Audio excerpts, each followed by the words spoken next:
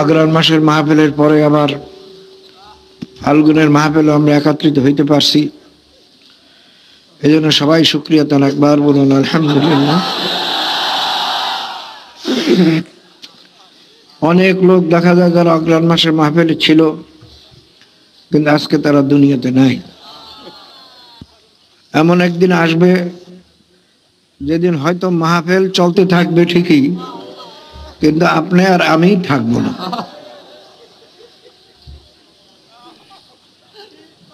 दुनिया की मजा हरगिज़ कम ना होंगे, चर्चा यही रहेंगे, अफसोस हम ना होंगे। दुनिया ने चलते ही থাকবে,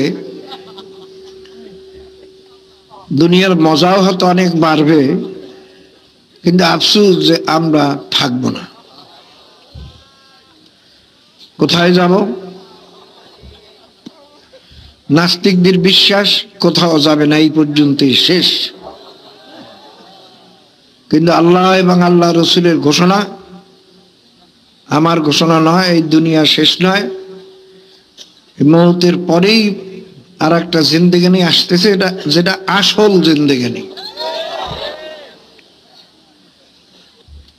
আর দুনিয়া মাজরাতুল আখিরাত, দুনিয়া হইল আখিরাত কামাই করার জায়গা, মৌতের পর হবে এই কামাইয়ের ফল খাওয়ার জায়গা। তো আল্লাহ পাকের লাখ লাখ শুকর, আল্লাহর ফজলে আমরা এখানে বসতে পারছি, আসতে পারছি। আল্লাহ পাক যদি তৌফিক দান না করতেন, আপনি আমি আসতে পারতাম না। কত স্বাস্থ্যবান লোক তারা এখানে আসতে পারে নাই, আবার কত দুর্বল লোক দেখি আমার কাছে দেখা করতে যায়। এক খোরাকে দেখলাম একজন মাথা করে নিয়ে আসছে, আমার সঙ্গে দেখা করতে আসছে, তার দেখি মাহফিল কামাই নেই, কিন্তু তাকে একজনে বহন না করলে সে কিছুই করতে পারে না। এটা আল্লাহ পাকের ইচ্ছা। কাজে আল্লাহ পাক আমাদের আসার তৌফিক দান করছেন, এই জন্য সবাই শুকরিয়া তারা আরেকবার বলুন আলহামদুলিল্লাহ। আল্লাহ পাক ওয়াদা করছেন, যদি তোমরা আমার নেয়ামতের শুকরিয়া আদায় করতে পারো, আমি তোমাদের নেয়ামত আরো বাড়াইয়ে দেব। কাজে আমাদের এই শুকরিয়া আদায় করা শুধু এই নিয়তেই যে আল্লাহ পাক যেন আমাদের আরো বেশি বেশি নেক কাজ করার তৌফিক দান করেন। তাই সবাই শুকরিয়া তারা একবার বলুন আলহামদুলিল্লাহ। বাইরা চরমনাইয়ের মরহুম আল্লাহর কুতুব, যিনি আমাদের ময়দানে শোয়া আছেন, তেনার প্রতিষ্ঠিত এই মাহফিল। মাদ্রাসা শুরু করে গেছেন আমার নানাজান, কিন্তু এই মাহফিল আমার নানাজান শুরু করে যান নাই, তিনি এটা শুরু করে গেছেন আমার মরহুম আলী সাহেব কেবলা সৈয়দ মাওলানা ইসহাক সাহেব রহমাতুল্লাহ আলাইহি। তিনি শুরু করে গেছেন। আল্লাহ পাকে খাস রহমত, তানার রুহানি ফয়েজ ও বরকতে, ফয়েজের বরকতে আল্লাহ পাক এখানে তো আরো বাড়াইয়ে দিয়েছেন। থানবী রহমতুল্লাহ লেখছেন, ওলি আল্লাহদের ইন্তেকালের পরে তাদের রুহানি ফয়েজ আরো 9 গুণ বাড়ে। কিন্তু আমি যা দেখি যে বাবাদান ইন্তেকালের পরে কয়শো গুণ বাড়ছে, তা কোনো হিসাব করিয়া বলা এখন কঠিন হয়ে গেছে। কি বলেন, কথা ঠিক নয়? আমার নজরে দুনিয়াতে এমন কোন ইতিহাস পড়ে না যে মূল পীর বা বুজুর্গ ইন্তেকালের পরে সেই দরবারে বাড়ছে, এরকম কোন আমার নজরে পড়ে না। সব দরবারই আস্তে আস্তে কমতেছে। কিন্তু আল্লাহ পাকের খাস রহমতে বাবাদান ইন্তেকালের পরে দরবার আরো বেড়ে গেছে। এটা তানার রুহানি ফয়েজ ও বারাকাতের বরকত, ফয়েজের বরকত। আমার তো পুঁজি চালান কিচ্ছু নাই, শুধুমাত্র আল্লাহর কুতুবের দোয়ায়। ভাইয়ের আমার, ওই আমাকে নওছিরুদ্দুল একদিন বলেন আমার আব্বাজানের কাছে যে, মেয়া সাহেব বা হুজুর, আপনার পরে যে এই দরবার কে চালাইবে তাই তো কোনো লোক দেখি না। কারণ আমি তো বয়ানও করতে জানতাম না, আর আমি তো বেড়ামিয়া লোক ছোটবেলার থেকে, খুব বেড়ামিয়া লোক, দেখাবার মতো এই দরবার চালাবার মতো লোকই তো দেখি না।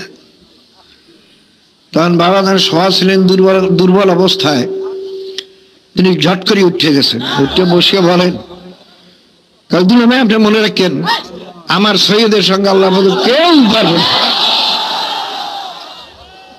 আমাকে সৈয়দ বললে ডাকতেন। তখন দুলা ভাই বলেন তার তো দুশ্মনের অভাব নাই। তখন আল্লাহর কুতুব বলছেন ওর সঙ্গে যারা দুশ্মনী করবে সৈয়দের সঙ্গে, ওগুলো সব ধ্বংস হয়ে যাবে।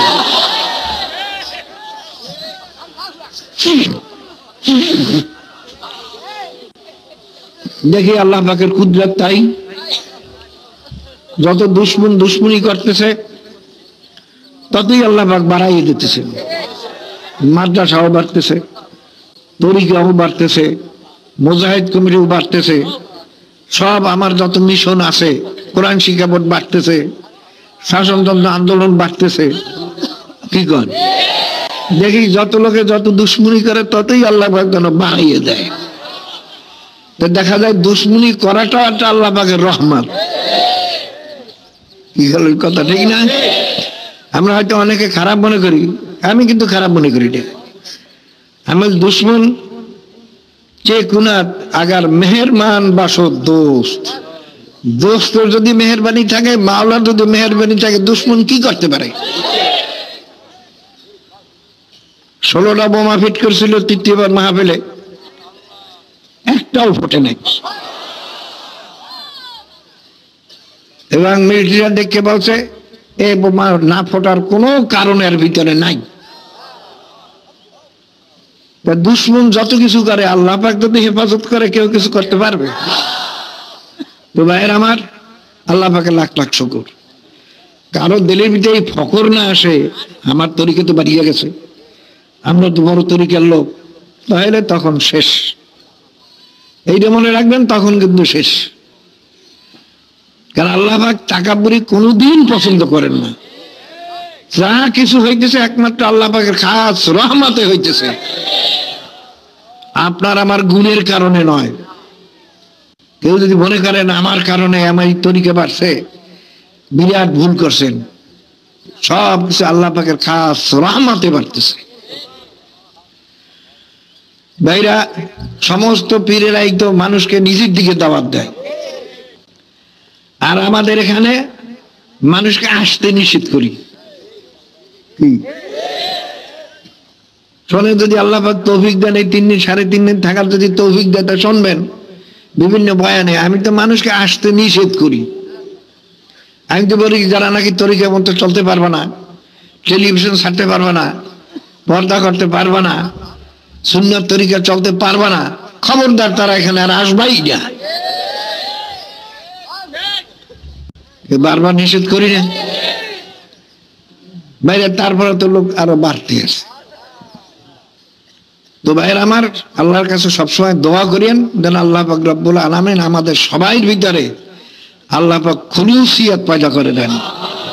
হর কে বা ইখলাস কদমে জানাত, ঈসা ওয়াক্তাস কে কদমে জানাত। যে খুলুসিয়তের সঙ্গে পা বাড়াইবে, যে খুলুসিয়তের সঙ্গে সামনে অগ্রসর হবে, ঈসা আলাইহিস সালাম যেমন অল্প সময়ের ভিতরে সারা দুনিয়া তয় করবেন, আল্লাহ পাক রব্বুল আলামিন তার এই পদক্ষেপের ভিতরে ঈসা আলাইহিস সালামের পদক্ষেপের বরকত দান করবেন। কাজীবের শর্ত হইল খুলুসিয়াত। বাবার এই চরমনাই দরবার সম্পূর্ণ ভিন্ন দরবার। আমি প্রত্যেক দিন এই প্রথম বয়ানের সময় প্রত্যেককে বলি, আল্লাহর হাবিব ফরমাইছেন ইন্নামাল আমালু বিন্নিয়াত। বুখারী রাহমাতুল্লাহ আলাইহি তানার কিতাবের প্রথম বাব করছেন বাদুল ওহী। ওহী কিভাবে শুরু হইল এই সম্পর্কে তিনি বয়ান করবেন। এই দেখেন হেডিং দিয়ে তার মধ্যে প্রথম হাদিস বয়ান করেন, যার সঙ্গে ওহীর সঙ্গে কোনো সম্পর্কই নেই। ইন্নামাল আমালু বিন্নিয়াত, সমস্ত কাজের ফলাফল নির্ভর করে নিয়তের উপরে। মুহাদ্দিসিনরা বলেন তিনি এই হাদিস কেন আনলেন, যে আমরা যখন হাদিস পড়তে যাইতেছি নিয়তকে আগে খালেজ করতে হবে। যদি নিয়ত খালেজ না হয় তাহলে সারা হাদিস পড়া মিথ্যা হইয়া যাবে। আমিও এই নিয়তের কথাই প্রত্যেক মাহফিলে প্রথম বলি। কেন ভাইরা, আমার তো মনে হয় এই মাহফিলে এখন বোধহয় 3 ভাগের 1 ভাগই এমন লোক যারা জীবনে কোনোদিন চরমনায় আসেও নাই, এরকম তো মনে হইল আমার কাছে। দেখা করে যে লোক তার দ্বারা আমার একটু অনুমান হয়েছে, বাইরে এরা তো জানে না কিসের মাহফিল। অনেকে হুজুর আপনার বাড়ি ওরস কবে? আমি বলবো আমরা ওরস করি না, আমরা ওরস করি না। ওরস মানে খুশি, ওরস মানে আমরা তো খুশি করি না, আমরা কান্দি। এ কথা ঠিক না? আমরা খুশি করতে আসি নাই। তারপরও মাহফিল অনেক থাকে, তার বিভিন্ন ধরনের খেয়াল থাকে। আমাদের মাহফিলে একমাত্র উদ্দেশ্য হলো হেদায়েত। হেদায়েতের উদ্দেশ্য কি? রেজায়ে মাওলা। কি সবাই বলেন না কেন? আমরা নামাজ পড়ি কেন? ভালো রোজা রাখি কেন? আমরা সুন্নাত মাহফিল চলি কেন? আমাদের সমস্ত ইবাদত বন্দেগীর মূল তো হলো রেজায়ে মাওলা। রেজায়ে মাওলা পাইতে হইলে মাওলার হুকুম মতো চলন লাগবে, না আল্লাহর হুকুমের বিরুদ্ধে চলিয়া রেজায়ে মাওলা পাওয়া যাবে। আল্লাহ পাকের হুকুমের বিরুদ্ধে চলিয়া কোনোদিন রেজায়ে মাওলা পাওয়া যাবে না। যদি কোনো কেউ যদি হাওয়ার উপর যাওয়া ওঠে, বাইরে যদি কেউ পানির ভিতরে হাঁটিয়াও যায়, আগুনের ভিতরেও বসিয়ে থাকে, আর তার ভিতরে সুন্নাত তরিকার কিছু খেলাফ আছে, একটাও যদি খেলাফ থাকে, মনে করবেন সব জাদু। কারণ আল্লাহ পাক তাকে স্পষ্ট বলছেন, কুল ইন কুনতুম তুহিব্বুনাল্লাহ ফাত্তাবিউনি ইউহিব্বুকুমুল্লাহ ওয়া ইয়াগফির লাকুম যুনুবাকুম আল্লাহু গফুরুর রহিম। আল্লাহ পাক ফরমান, আমার হাবিবকে আপনি বলিয়ে দেন সারা দুনিয়ার লোককে কিয়ামত পর্যন্ত সমস্ত মানুষকে, মেয়ে লোক পুরুষকে জানাই দেন, যারাই আমি মাওলার মহব্বত চায় তারা যেন আপনার অনুকরণ করে। কি? তো মাওলার মহব্বত পাওয়ার জন্য পহেলা শর্ত কি? আল্লাহর হাবিবের অনুকরণ। সবাই বলেন কি? আল্লাহর হাবিবের অনুকরণ। এক পিসাব কেলার একজন খাদেম 20 বছর পর্যন্ত খেদমত করেন তার দরবারে। একদিন খাদেম বলে, হুজুর আমি 20 বছর পর্যন্ত আপনার দরবারে আপনার খেদমত করি, কিন্তু এই 20 বছরতে আপনার একটা কেরামত দেখলাম না। তখন পিসাবের, বাবা এই 20 বছর তুমি আমার ভিতরে সুন্নতের খেলাফ কিছু দেখছো? তখন খাদেম বলে, না হুজুর তা তো দেখি নাই।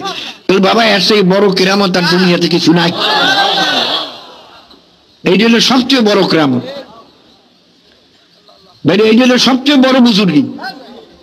হাওয়ায় ওরাটা বুজুর্গি নয়, পানির ভিতরে হাঁটিয়ে যাওয়াটা বুজুর্গি নয়, আগুনের ভিতরে বসে থাকাটা বুজুর্গি নয়, পানিতে ফুক দিলে পানি গরম হয়ে যায় এটা বুজুর্গি নয়। বুজুর্গি হইলে যার ভিতরে সুন্নাত তরিকা যত বেশি মজবুত, সে মাওলার দরবারে তত বুজুর্গ। এই কথা ঠিক নয়? কাজী ভাইরা আগে নিয়ত ঠিক করতে। আল্লাহর হাবিব ফরমান, তোমাদের প্রত্যেকটা কাজের ফলাফল নির্ভর করে নিয়তের উপরে। ফামান কানাত হিজরাতুহু ইলাল্লাহি ওয়া রাসূলিহি ফাহিজরাতুহু ইলাল্লাহি ওয়া রাসূলিহি ফামান কানাত হিজরাতুহু ইলাদ দুনিয়া বিমরাতিন ইয়াতাযাওয়াজুহা ফাহিজরাতুহু ইলা মা হাজারা ইলাইহি আও কামা ক্বালা আলাইহিস সালাতু ওয়াস সালাম। আল্লাহর হাবিব ফরমান, যদি কেউ হিজরত করে দুনিয়া পাওয়ার উদ্দেশ্য, তো কোনো মেয়ে লোককে বিবাহ করার উদ্দেশ্যে, সে দুনিয়া পাবে, মেয়ে লোক বিবাহ করতে পারবে, কিন্তু মাওলার দরবার কিচ্ছু পাবে না। আমান কানাত হিজরাতুহু ইলাল্লাহি ওয়া রাসূলিহি ফাহিজরাতুহু ইলাল্লাহি ওয়া রাসূলিহি, আর যে হিজরত করবে আল্লাহ এবং আল্লাহর রাসূলকে খুশি করার জন্য, তার হিজরত ঠিকই মাওলাকে খুশি করার জন্যই হইয়া যাবে, এবং সে মাওলার খুশিও পাইয়া যাইবে।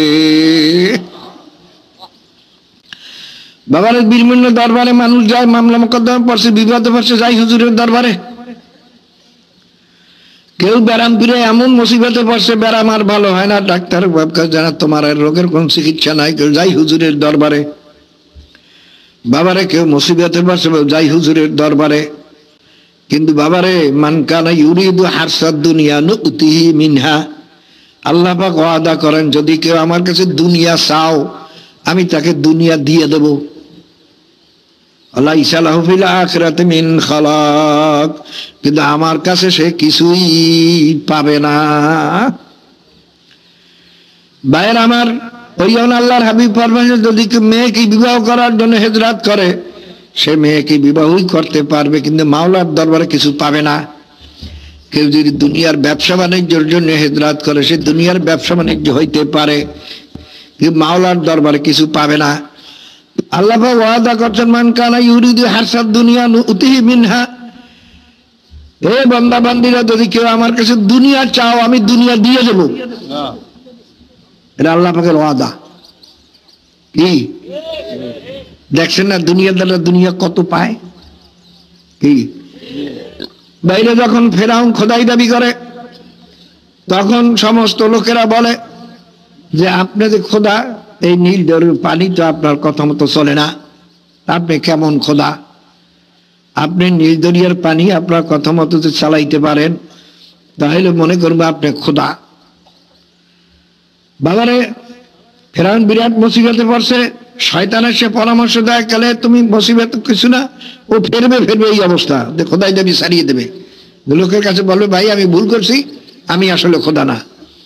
শয়তান দেখে হা সর্বনাশ, এমন কাজ করিয়ে বলে যে বিরাট সর্বনাশ।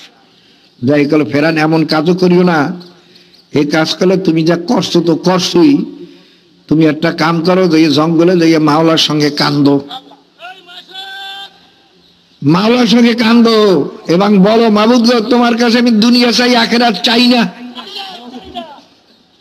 এইটা বলো আর কান্দো। ঠিক ফেরাউন যখন জঙ্গলে কান্না শুরু করে দিল, জিবরাইল আলাইহিস সালাম মানুষের বেশে আসে হাজির। ও ফেরাউন তুমি কি চাও?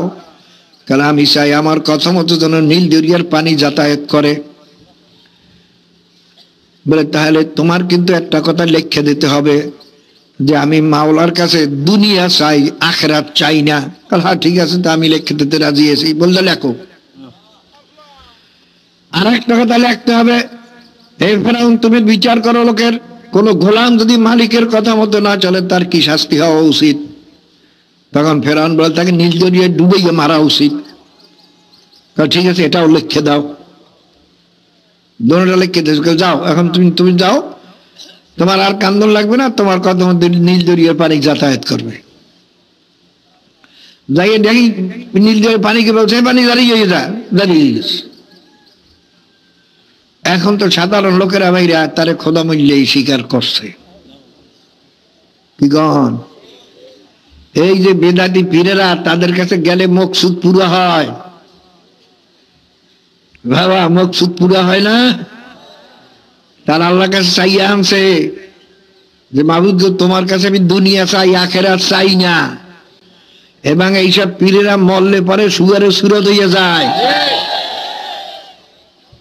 ওরা মরলে পরে তো চেহারা কাউকে দেখাইবে না, তা জানেন। এবং ওরা কোনো মুর্দার জানাজাও দিতে পারবে না। যখন মানুষ দেখি দেখে আমি যে মুকসুদ দিয়ে আইছি এটা তো পুরো হয়ে গেছে, বিরাট কামেল। তাহলে ফেরাউন সবচেয়ে বড় কামেল। কি গান ফেরাউনের বাড়ির যাতে একটা গাছ ছিল, ওই গাছের পাতা খাইলে পরে যে কোনো রোগ ভালো হয়ে যেত। কি গান এত বছর বুজুর্গি, যে কোনো রোগ ভালো হয়ে যায়। ফেরাউন তো বিরাট বুজুর্গ, এতটুকু আহাম্মকেরা বোঝে না। দুনিয়ার পাগল এমন হয়েছে যে এতটুকু হুঁশ পর্যন্ত নাই। বাবারে যখন নাকি ফেরাউনকে গরক করার সময় হয়ে যায়, যখন পানির নিচে গরক হইতেছে, তখন ফেরাউন চাইছে বলবে যে আমান্তু বিল্লাহি আমান্তু বিরব্বি মূসা ওয়া হারুন, এই কথা বলবে করে চাইছিল। তখন জিবরাইল আলাইহিস সালাম যাই এক মুষ্টি মাটি ওর মুখের মধ্যে দিয়া তারপরে কাগজ দুটো দেখায়।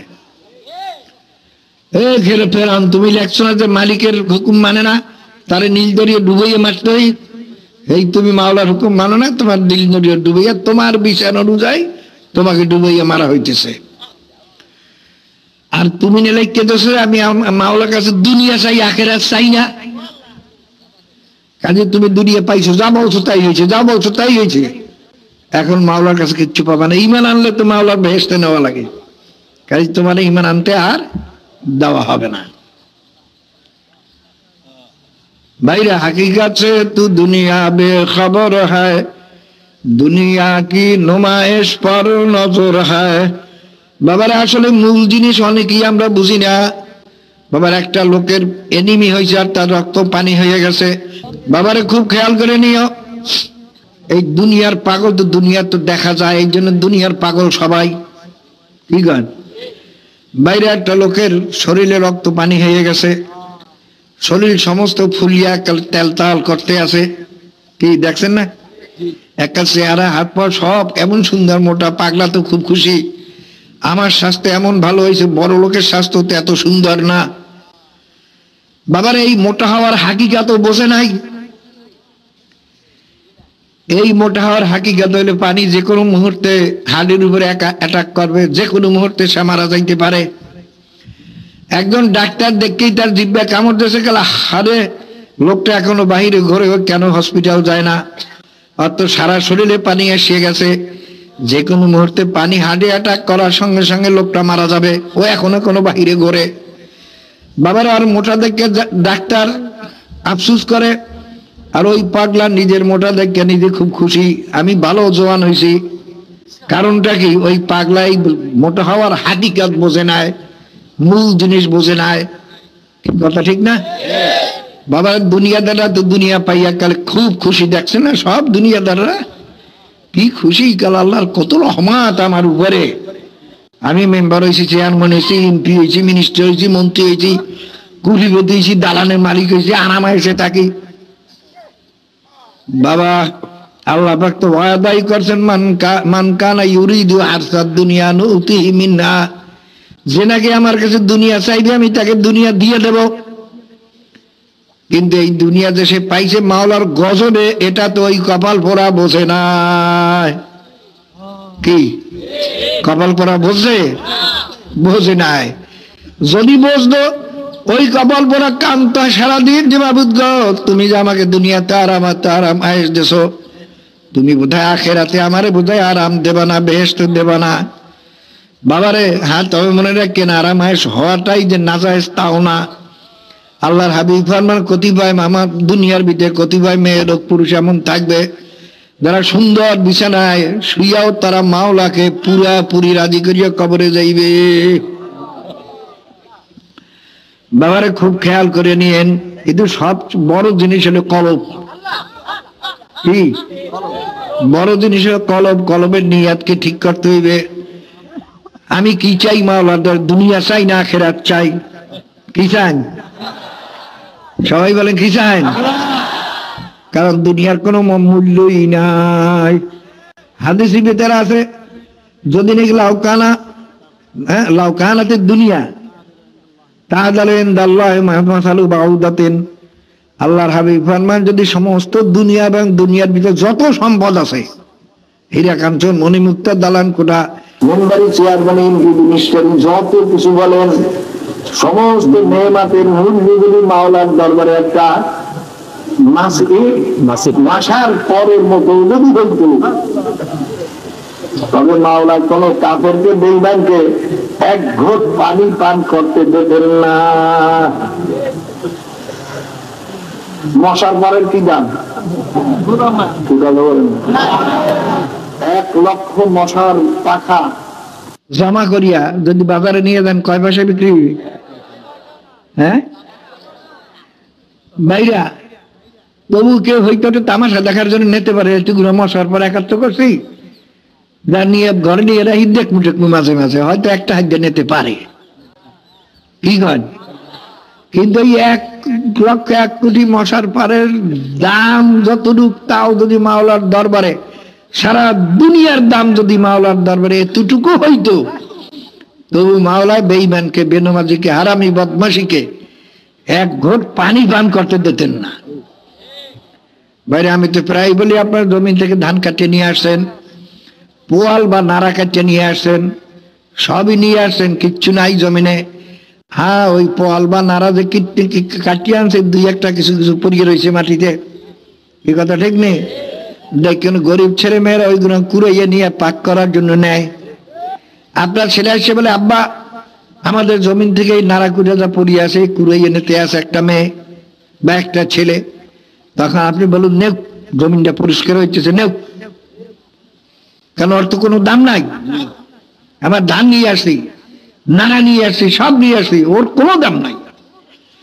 আল্লাহ পাক রব্বুল আলামিন ফরমান, আমি দুনিয়া রাখছি কাফের মুশরিকের জন্য, আর কোনো দাম আমার দরবারে নাই। আল্লাহ পাক ফরমান, কি জানি এই এক কোরআন শরীফে আয়াত আছে না, লাউলা ইয়াকুনা উম্মাতাও ওয়াহিদাতাল লাকানা লিমান ইয়াকফুরু বিররহমানি লিবুয়ুতিহিম সুকুফাম মিন ফিদ্দাতিন ওয়া মাআরিজ আলাইহা তাযহারুন। আল্লাহ পাক ফরমান, ঈমানদারদের ঈমান রক্ষা করা যদি কঠিন না হইতো, তবে আমি কাফের বেঈমানকে এত সম্পদ দিতাম, ওরা রূপা দিয়া ঘরের ছাদ বানাইতে পারত, রূপা দিয়া সিঁড়ি বানাইতে পারত, তার উপরে তারা বসতো। কিন্তু এত সম্পদ যদি কাফেরদের দিতাম, কাফের বা মুমিনেরা আমার তাদের ঈমান রক্ষা করা কঠিন হইয়া যাইত। যাহারে আমি নামাজ পড়িয়ে কি পাইলাম, আমি জিকির করিয়ে কি পাইলাম, আমার তো দুঃখ ছাড়ে না, আমার তো ব্যারাম ছাড়ে না, আমার তো মুসিবত ছাড়ে না। কিন্তু আমি এত বেশি সম্পদ দেই এই জন্য যে আমার ঈমানদারদের ঈমান রক্ষা করা কঠিন হইয়া যাবে, এই জন্য এত দেই নাই, কিন্তু কিছু কিছু সম্পদ দিছি। এইটা সম্পর্কে আল্লাহ পাক ফরমান, লা ইয়াগুররান্নাকা তাকাল্লুবুল্লাযিনা কাফারু ফিল বিলাদ মাতাহুম কালিলুন সুম্মা মাওয়াহুম জাহান্নামু ওয়া বিসাল মিহাদ। হে মুমিনেরা, দুনিয়াদারের আরামায়েশ দেখে, চলাফেরা দেখে তোমরা ভুলে পড়িও না, ধোঁকা খাইও না। যাহারে আমি এরকম আরাম পাইলাম না, এদের আরামায়েশ হলো অল্প কয়েকদিনের জন্য মাত্র, মাতাউন কলিল, অল্প কয়েকদিনের জন্য। তারপরে সুম্মা মাওয়াহুম জাহান্নাম, এরপরে তাদের ঠিকানা হবে জাহান্নাম। বাবারে কিতাবে লেখে, দুনিয়ার ব্যাপারে তোমার নিচের দিকে নজর রাখো, আর আখেরাতের ব্যাপারে উপরের দিকে নজর রাখো। বোঝেন নাই? ভালো করিয়ে বোঝেন। তুমি দুনিয়াতে, তোমার সেই গরিব লোক দুনিয়াতে আছে না? কি আছে না? তোমার সেই বেশি বেড়ে লোক দুনিয়াতে আছে না? তোমার সেই বেশি মুসিবত যত লোক দুনিয়াতে আছে না? সেদিকে নজর করো, আর মাওলার শুকরিয়া আদায় করো, আল্লাহ তো অর্থই আবার ভালো রাখছে। কি বাইরে এক ব্যক্তি পায়ের জুতা নাই, গরিব মানুষ, মসজিদে কাঁদছে, সাই কান্না কাঁদছে, আল্লাহ আমি এত গরিব, তুমি আমার বানাইলা, একজোড়া জুতো পর্যন্ত কিনতে পারি না। বাইরে কান্দা কাটিয়ে বাইরে এসে মসজিদ থেকে বাইরে দেয়, একবার আর পাও নাই। দেখিয়াই তাড়াতাড়ি দৌড়িয়ে মসজিদে সেজদায় পড়িয়ে কান্দে, মাহবুদ গো আমি ভুল করছি, আমি ভুল করছি, তোমার নেয়ামতের সঙ্গে আমি নাফরমানি করছি, আমি জুতা চাইছি কিন্তু ওইবার তো পাওই নাই, আমার তো তুমি দুইটা পাও দেছো, আমি তো পাও দিয়ে অন্তত হাঁটতে তো পারি। বাবার এই দুনিয়ার বাবার সবসময় নিচের দিকে নজর রাখবা। আমি কত লোকের চেয়ে ভালো আছি, কত লোকের চেয়ে আমার স্বাস্থ্য ভালো, কত লোকের চেয়ে আর আমার এসে আছি, কত লোকের চেয়ে আমার টাকা পয়সা বেশি, কত লোকের চেয়ে আমার ঘর ভালো, কত লোকে তো ঘরও নাই, আসমানের নিচে বাস করে, গাছের নিচে বাস করে, আমার তো খড়ের ঘর তোমার লাগতেছে, অথবা কাগজ দিয়ে তুলতে পারছি, তাও তো পারছি। বাবারে দুনিয়ার ব্যাপারে সবসময় নিচের দিকে নজর রাখো, আর আখিরাতের ব্যাপারে সবসময় উপর দিকে নজর রাখো। যেটা তো ইবাদত করে জানছি কিছুই না। আবু হানিফা রাহমাতুল্লাহ আলাইহি 40 বছর পর্যন্ত এশার নামাজের উজু দিয়ে ফজরের নামাজ আদায় করছেন। আমি কি করছি জীবনে? একদিন হতে পারি নাই। কি ইবাদতটা করলাম? কত মানুষ এমন আছে যাদের এক মুহূর্ত জিহ্বাখানা মাওলার জিকির ছাড়া খালি থাকে না। আমি কি জিকির করছি? কত মানুষ নামাজে দাঁড়াইলে তাদের দুনিয়ার কোনো খেয়ালই থাকে না। আলী কাররামাল্লাহু ওয়াজহু নামাজে দাঁড়ার পর তার বিষাক্ত তীর পায়ের থেকে খুলিয়া ফেলাইছে সবাই জোর করিয়া, কিন্তু অনুভব করতে পারে না। ওইরকম নামাজটা মোটেও পড়তে পারি নাই। কি ইবাদত করছি আমি? কি আমার এই ইবাদত কিয়ামতের ময়দানে কেমনে দাঁড়াবো? ইব্রাহিম আলাইহিস সালাতু ওয়াস সালামকে মাওলায় একমাত্র ছেলেকে কোরবানি করার জন্য হুকুম করছেন, তিনি কোরবানি দেওয়ার জন্য প্রস্তুত হয়ে গেছেন। কই আমি মাওলার হুকুম পালন করার জন্য কি করলাম? বাবারা যদি নাকি উপরের দিকে আখিরাতের ব্যাপারে নজর রাখো, কোন সময় ভিতরে তাকাব্বুরি আসবে না, রিয়া আসবে না। আর যদি বাবা দুনিয়ার ব্যাপারে নিচের দিকে নজর রাখো, কোন সময় মাওলার নেয়ামতের না শুকরিয়া কোন সময় দিলে আসবে না। কথা ঠিক? আমি যা বলতেছিলাম বাবা, দুনিয়া এমন একটা জিনিস, এটা দিলের থেকে দূর করা বড় কঠিন। কি বড় কঠিন? কত মুজাহিদ ভাইরা মুজাহিদ কমিটিতে ঢুকছে, মুজাহিদ কমিটি টাকা হাতে আসছে, মারিয়ে খাইয়ে ফেলাইছে। কি তুমি তো এখন মুজাহিদ নাই, তুমি তো জাহান্নামী হয়ে গেছো। কারণ হারাম মাল খাইয়া যে রক্ত এবং গোশত তৈরি রইবে, তার জায়গা কোথায়? কার কথা? আল্লাহর হাবিবের হাদিস। কার কথা? আল্লাহর হাবিবের কথা। কি কথা ঠিক না? বাইরে কত মুজাহিদ শুনি নালিশ আসে, বুঝলে গো সম্পত্তি ঠিক মতো দেয় না। তুমি কিসের মুজাহিদ? কি মুজাহিদ তুমি? তুমি তো একটা জাহান্নামী। বাইরে আমার কত মানুষ আছে, কত নালিশ আমাদের কাছে আসে, মসজিদের ইমাম সাহেব, মুয়াজ্জিন সাহেব মসজিদের টাকা খাইয়া লাইছে। কত বক্তাগো নালিশ আছে, অগ্রিম টাকা দিছে, মাহফিলেও যায় না, টাকা খাইয়া লাইছে। কি কি আলেম তুমি? তুমি একটা জাহান্নামী। কিসের মুজাহিদ আর কিসের আলেম? কারণ হারাম মাল খাইয়ে যে রক্ত এবং গোশত তৈরি হবে, তার জায়গা জাহান্নাম ছাড়া হবে না। কত নালিশ আছে আমাদের কাছে, মাদ্রাসা মোহতামেম সাহেব, শিক্ষিয়ার সাহেব মাদ্রাসা টাকা খাইয়ে ফেলাইছে। আরে সেদিনকে আমার কাছে একজনে বলে গেল, হুজুর কি ক্ষমা খাই মাহফিল টাফিল করে করিয়ে লাভ হইবে কি? বলকা হুজুর গোলাপবাগ মাঠে ক্যাশে বসা আছে একজন, কাল আমি 1000 টাকা দিলাম মাদ্রাসায়, আমার রসিদ দিল 200 টাকার। দায়িত্বশীল মুজাহিদ না হলে তার তো রসিদ কাটতে বসায় নাই। কি কথা ঠিক না? দায়িত্বশীল মুজাহিদ চোর। আসলে এই টুপি দাড়ি এগুলো সব সাইনবোর্ড, আসলে চোর। কিয়ামতের দিনে তো চোরই উঠবে। কাল হুজুর যখন কইলাম, বলে আপনি আমার 200 টাকা রসিদ দেন, টান দিয়ে আমার থেকে রসিদ হেডাও উড়িয়ে গেল। তাই বোধ হয় 1000 টাকা সবই মাইর দিবে। কি হইবে? তখন বললাম বাবা 2-1 লোক তো ঠিক হয়, কাল হুজুর খুব কম। বলে ওইটার জন্য এই চেষ্টাটু করি। হারুন রশিদ বাচ্চা গেছিল মাদ্রাসা দেখার জন্য, বাইরে ছেলেদের জিজ্ঞাসা করে, বাচ্চাদের এটা ছেলেপেলেরা জানে না। কাল বাবা তুমি পড়ো কেন? কেউ কে আমার বাবায় কাজী আছে, আমি যদি লেখাপড়া না করি আমি তো কাজী হইতে পারবো না। একজনকে আমার বাবাই উজির, আমি লেখাপড়া না করলে উজির হইতে পারবো না।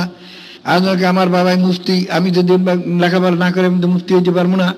হারুন রশিদ বাচ্চার দেল একেবারে খারাপ হয়ে গেছে। এই মাদ্রাসার পিছনে টাকা খরচ করে লাভ কি? কারণ হাদিসের ভিতরে যারা দুনিয়ার উদ্দেশ্যে লেখাপড়া করবে, তারা বেহেশত তো পাবেই না, বেহেশতের জ্ঞানও পাবে না। এই যারা দুনিয়ার উদ্দেশ্যে যদি কেউ পীরের কাছে মুড়ি দেন, এটাও তো একই হুকুমের মধ্যে পড়বে। এই কথা ঠিক না? অধিকাংশ আলেমেরা মুড়ি দেয় খেলাফত পাওয়ার আশায়। এটা তো দুনিয়া। কি পীরমু খেলাফত পেলে, পীরমু সরমরাই হুজুর মুড়ি ছাড়া বাংলাদেশে ভরা, হ্যার একটা খেলাফত পেলে কত দাম। ভাইরা আমার, খুব খেয়াল করে নিয়েন। তখন ইমাম গাজ্জালী রহমাতুল্লাহ বোধহয়, তিনি তখন ছাত্র জিজ্ঞাসা, বাবা তুমি পড়ো কেন? তাহলে আমি পড়ি, কোরআন হাদিস শিখতে না পারলে তো আল্লাহ আল্লাহ রসুলকে চিনতেও পারবো না, আমলও ঠিক মতো করতে পারবো না। তখন বাদশা বললেন, তাহলে একটা ছেলের কারণে মাদ্রাসা বন্ধ করলাম না, নচেত আমার সিদ্ধান্ত হয়ে গেছিল আমি মাদ্রাসা বন্ধ করে দেব। এটার পিছনে পয়সা খরচ করে লাভ নাই। কত মুরিদ আচরণ দেখিয়া আমার মনে হচ্ছে যে অনেক সময় পীর মুরিদ বন্ধ করিয়ে দিই। কতকে দরবেশায় লাফায় কাফায়, কেন? পয়সা বেশি পাওয়া যায়। কি সবাই দেখে চা খাওয়ায় দরবেশায়, দাওয়াত দেয়, এরাও দুনিয়া। কি বলেন? বাইরে দুনিয়া। আল্লাহ হাবিব ফারমান হুব্বুদ দুনিয়ার আসুকুল্লি খাতিয়াতিন, সমস্ত গুনার মূলে হইল দুনিয়ার মহাব্বত। বাবারে, দুনিয়ার মহাব্বত তো ধরে রাখা যাবে না। হ্যাঁ, যেই মহাব্বতে নামর দাসকে দুনিয়া দোস্তে দারাত, আগার দারাত বারায় দোস্তে দারাত। বাবারে, যারা বক্তা হইতে চাও, আমি তো বক্তৃতা বলতে কিছু করতে পারতাম না। টাইটেল পাস করিয়েছি, ছেলে পেলে তখন 2টা হয়েছে আমার, তা আমি তো শোনো না। তখন বাবাদানা জোর করে সবরে লইয়ে দিতেন। আমার তো স্বাস্থ্য খুব খারাপ, আমি সবর করতে পারতাম না। বাবাদানা জোর করে লইয়ে দিতেন। তা বেয়াদব তো ছিলাম না, যা বলতেন তাই শুনতাম। তখন গেছি, তাই দিতে আমার রস করতে খারাপ করিয়ে 10 মিনিট অতিরিক্ত 15 মিনিট বেশি আর বলতে পারতাম না। তার বাবা এত সরকার সরিয়ে দিলি, আমি আব্বা জানা আমার কিছু মনে আসে না, তাহলে দূরে হামক। তুই হাদিস কোরআন পড়ছো, 2-1 আয়াত আর খালি হাদিস এই পড়তি আর খালি তর্জমা করলে হ্যাঁ মনে হয় না। এই বয়সেও আমি কোনো ওয়াজ করতে জানি না। জাগর দিলের মধ্যে বক্তা আর খেয়াল আছে, বাদ দাও। যদি মাওলায় কবুল করেন, তোমার বক্তা বানাইয়ে লইবে।